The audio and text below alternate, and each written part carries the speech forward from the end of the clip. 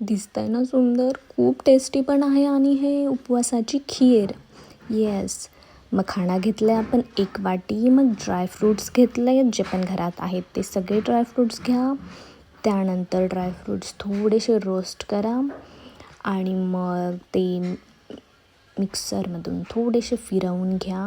जास्त बारीक पावडर करू नका ह्याची, कारण ते दातात आले पाहिजे, त्याची टेस्टही छान लागते. मग ते झाल्यानंतर आपल्याला परत कढईमध्ये तूप घ्यायचं आहे, कारण आपल्याला करायचं आहे मखाणा त्याच्यात रोस्ट म्हणजे भाजायचा आहे. ठीक आहे. त्यानंतर ते भाजून झाल्यावर त्यालाही मिक्सरमधून फिरवून घ्या. मग दूध गरम करा, त्यात थोडीशी साखर टाका तुमच्या आवडीनुसार, त्यालाही उकळी येऊ द्या आणि मग टाका मखाण्याची ती वाली पावडर. ठीक आहे.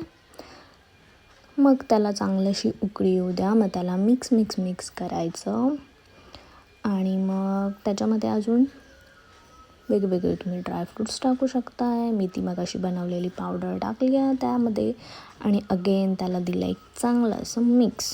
ओके. मग त्याला थोडंसं बॉईल होऊन द्यायचं आहे मॅक्सिमम 5 ते 10 मिनटासाठी आणि त्याला नीट हलवून घ्यायचं आहे, का तर ते खाली चिपकू नये म्हणून.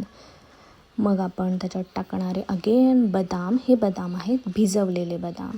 भिजवलेले बदाम खूप सुंदर लागतात. रादर दॅन तसे बदाम कट करून टाकण्यापेक्षा भिजवून टाका.